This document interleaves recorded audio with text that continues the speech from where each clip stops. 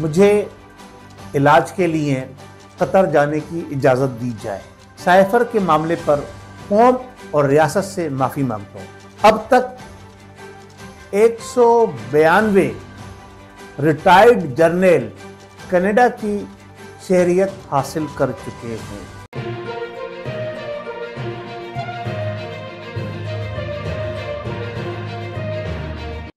अस्सलाम वालेकुम वरहमतुल्लाहि वबरकातुहू। बिस्मिल्लाहिर्रहमानिर्रहीम। बरफ़ाना लका ज़िक्र सदक़ल्लाहुल अज़ीम। नाज़रीन, मैं आपका मेज़बान अहमद सदर कुरैशी और आपके अपने पसंदीदा प्रोग्राम जिसका उन्वान है आपके सामने लेके हाजिर हूँ। नाज़रीन, आज हम बात कर रहे हैं पाकिस्तान के अंदर जो मौजूदा हालात चल रहे हैं उसके हवाले से। 3-4 चीज़ें हैं जिसमें बहुत अहम चीज़ ये है कि जनाब अली इमरान नियाज़ी साहब के हवाले से इत्तला आई है कि जनाब अली उन्होंने एक एप्लीकेशन तैयार की है और वो चाहते हैं कि अब वो जेल से रिहाई हासिल करके कहीं बैरून मुल्क इलाज के लिए चले जाएं। तो उस हवाले से भी बात कर दी है। इसके अलावा सदर आरिफ अलवी साहब, आज जुम्मतुल मुबारक का ये मुबारक दिन है, 8 सितंबर है, उनके ओहदे की मुद्दत ख़त्म हो गई, तब उन्हें जो है घर खाली कर देना चाहिए था। अब तक घर खाली नहीं किया, क्यों नहीं किया, क्या वजूहत है, क्या मामला है, वो क्या चाहते हैं, इस पर हम बात करेंगे तफसील से।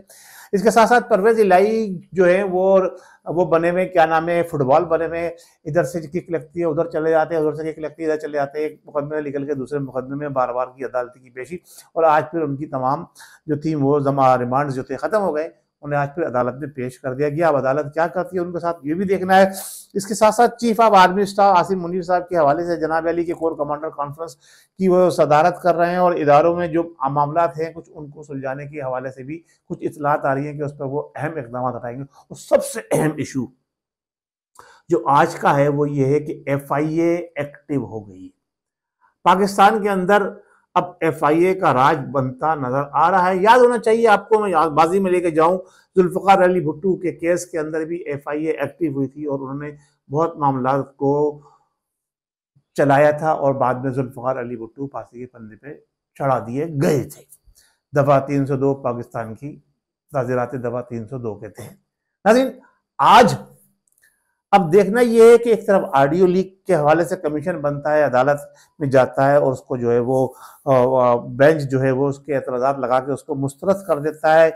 इलेक्शन की बात आती है तो हमारे मौजूदा प्राइम मिनिस्टर साहब, केयरटेकर साहब, वो कहते हैं जनवरी फरवरी में इलेक्शन करा देंगे, यानी 90 डेज जो है उनके जनवरी फरवरी में जाके कंप्लीट होंगे। तो मजाखेज बातें चल रही हैं, गुफ्तगू मैं आपसे करता जा रहा हूं और आपसे गुजारिश करता हूं मैं बार बार कि आप मेरे चैनल को सब्सक्राइब भी करें और बेल आइकन का बटन दबाएं ताकि आपको हमारी वीडियो बर वक्त मिलती रहे और हमारी जो वीडियो आपके साथ हम शेयर करते हैं उस पर फीडबैक भी दें और अपने दोस्तों में भी शेयर करें। अच्छा, सबसे पहले हम बात करें कि मुझे एक मुसद्दिका इतलात से जो इंफॉर्मेशन मिली है वो मैं आपको शेयर करूं कि पाकिस्तान की तारीख के अंदर अब तक जितने जर्नल रिटायर्ड हुए हैं उनमें से 192 फिगर मिली है, 192 जर्नल वो कनाडा की शोहरत अख्तियार कर ली। उसमें कुछ गुजर गए, कुछ अभी तक हयात हैं, उनके बच्चे सब वहीं पर बढ़ रहे हैं। तो पाकिस्तान के जो हीरोज होते हैं, जो पाकिस्तान की सरहदों की हिफाजत करने, पाकिस्तान की मुल्क की दिफाई लाइन को मजबूत से मजबूत तक बनाने वाले, वो पाकिस्तान में जब तक होते हैं तो बड़े ओहदों पर फायज रहते हैं, लेकिन जब रिटायर्ड हो जाते हैं अपनी सर्विसेज से तो वो मुल्क छोड़ के क्यों चले जाते हैं, ये गुत्थी बड़ी गहरी है, ये समझ से बाला तारे अभी तक समझ में नहीं आई है। जो पाकिस्तान की आवाम जो 7-8 करोड़ जब पाकिस्तान बना था लेके जब से अब तक जो है 25 करोड़ में तब्दील हुई है, तो वो सब उनको दिफा प्रोवाइड करते रहते हैं, लेकिन जब अपनी बारी आराम और सुकून से रहने की आती है तो मुल्क छोड़ कर चले जाते हैं। यानी समझ से बात ये बालातर है, इस पर किसी और मौके पर प्रोग्राम करेंगे। दूसरी तरफ हमारे इमरान नियाज़ी साहब के हवाले से हमें मुसद्दक़ात इत्तलात मिली हैं और ये भी पता चला है कि उन्होंने कोई वीडियो रिकॉर्ड कर ली है जो किसी वक्त भी जो है वो लॉन्च कर दी जाएगी। और कह रहे हैं जनाब साइफर के हवाले से मैं अवाम और रियासत से माफी मांगता हूँ, मुझे इलाज के लिए कतर जाने की, मुल्क का नाम भी बता दिया, कतर जाने की इजाजत दे दी जाए। अच्छा, ये तो हो गई बात जनाब इमरान नियाज़ी साहब की। अब उनके ऊपर क्या हमारी हुकूमत करेगी, उन्हें क्या सहूलत देगी, हमारे जो इदारे उनको क्या सहूलत देते हैं, ये तो बात की बात है। लेकिन अब देखना ये है, इसके साथ साथ बड़ा अहम मसला है, बड़ा एक अहम नुक्ता है आरिफ अलवी साहब का। तो आरिफ अलवी साहब जो हमारे सदर पाकिस्तान है इस वक्त, जो आज उनकी मुद्दत खत्म हो गई, मुलाजमत नहीं किया उसको, तो सदारत है भाई उनकी। तो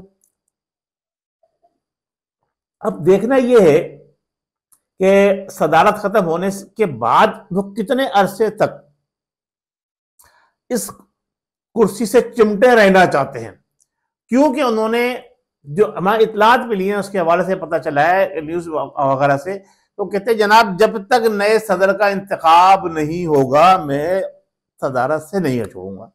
तो सेनेट का चेयरमैन जो सदर की गैर मौजूदगी में सदारत संभालता है वो किस खेत की मूली है, उसको क्यों नहीं जनाब अली ये सौंपा जा रहा कि भाई सलाम वालेकुम मेरी मुद्दत हो गई पूरी, अब मैं घर को चला, नहीं छोड़ना चाहते। क्यों कि इमरान नियाजी साहब के केस लटके हुए हैं।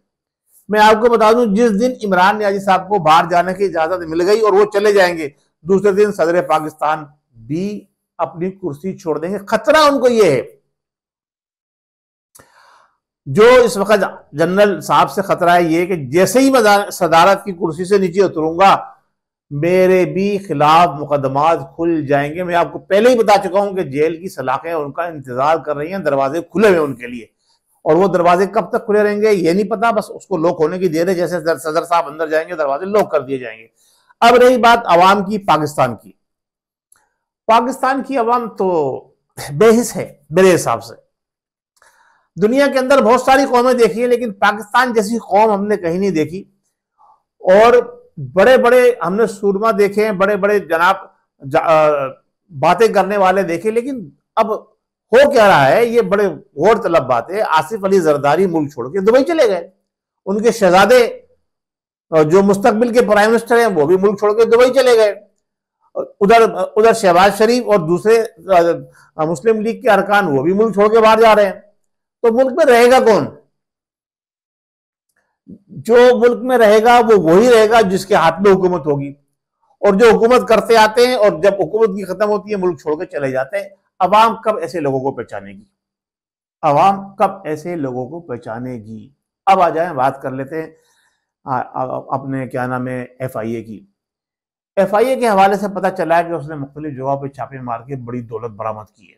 सोशल मीडिया पे ये बड़ी जो ना वायरल हो रही है जनाब अली के फलां के यहाँ से, फैयाज अमान साहब के यहाँ से अरबों रुपए, बस खरब लगने की देर रह गई उसके अंदर। अरबों रुपए, हजारों की तादाद में अरबों रुपए निकल गया। तो खरब तो हो चुके हैं ना, वो निकले हैं जिसमें डॉलर भी है और फॉरेन करेंसी भी है। फिर दूसरी और पीपल्स पार्टी के जिम्मेदार अरकान है, उनके घरों से भी पैसे निकले। अच्छा, तो ये पैसे निकले हैं तो इस पैसे का ट्रायल क्यों नहीं हुआ? वो पैसा मीडिया पर क्यों नहीं दिखाया गया? जो बरामद किया गया उसके वीडियो क्यों नहीं बनाई गई? मैं आपको एक मिसाल देता हूं। मलेशिया के अंदर हुआ यह था कि जब नजीब साहब की हुकूमत खत्म हुई तो विदिन 48 आवर्स उनकी तमाम बैंक अकाउंट्स जो है वो ब्लॉक कर दिए गए, और उनके जितने घर थे, जितनी उनकी जगहें थी जहां जहां इंफॉर्मेशन थी कि इन्होंने पैसा रखा हुआ है, वहां पर छापा डाला गया। उसके बाद पूरी टीम्स पुलिस की और दीगर जो इदारे थे वो गए विद कैमरा टीम्स, और सारा उन्होंने रिकॉर्ड किया कि कितने जोड़े, कितने पर्स, कितने सैंडल उनकी बेगम इस्तेमाल करती थी और कहां कहां क्या क्या उनका रखा हुआ था। ऑन रिकॉर्ड, लाइव उन्होंने रिकॉर्ड किया। रिकॉर्ड करने के बाद उसको सेव किया, फिर पब्लिश भी किया। तो हमारे यहां जब अगर अरबों और खरबों रुपए बरामद हो रहे हैं तो उनको लाइव रिकॉर्ड क्यों नहीं किया जा रहा, और वो पाकिस्तान के खजाने में क्यों नहीं जमा किए जा रहे? तो मेरे ख्याल से कई हजार अरब रुपया तो पाकिस्तान के खजाने में जो FIA के हवाले से इतलात आ रही हैं, अगर ये इतलात गलत है तो FIA तरदीद क्यों नहीं कर रहा? इतलात आ रही हैं कि इतने खरब रुपए जनाब अली बरामद कर लिए गए, तो पाकिस्तान की जो बैंक अकाउंट्स हैं जो हुकूमत का, तो उसमें तो इजाफा हो जाना चाहिए, वहां तो कमी होती चली जा रही है। तो ये सब गोरख धंधा है, और वही कुछ होता नजर आ रहा है जो कुछ बाजी में 1976 के अंदर जुल्फकार अली भुट्टो के दौर में हुआ था। वैसे ही हालात पाकिस्तान को उसी तरफ मोड़ा जा रहा है, और जो कुछ भी होने जा रहा है वो सिमिलर है। अदाकार और सदाकार बदल गए हैं, कैमरामैन वही है और क्या नाम है डायरेक्टर वही है, यानी वही से मुराद वही ओहदेदार हैं, बाकी सामने वाले जो हैं वो बदल गए हैं, और वैसे ही मुझे कुछ होता नजर आ रहा है। तो आइए हम पाकिस्तान के बेहतर मुस्तकबिल के लिए दुआ करें, अवाम की बात ना करें। अवाम बेकार है, अवाम से क्या फायदा। अवाम को तो कोई भी बात समझ में नहीं आती, आज का हुआ कल भूल जाती है और फिर उन्हीं लोगों को जो कल उनके जूते मार रहे होते हैं उन्हें फिर इख्तिदार में बिठा देती है। तो ऐसे अवाम के लिए कुछ कहना बेकार ही है। अस्सलाम वालेकुम वरहमतुल्लाहि वबरकातुहू। पाकिस्तान जिंदाबाद।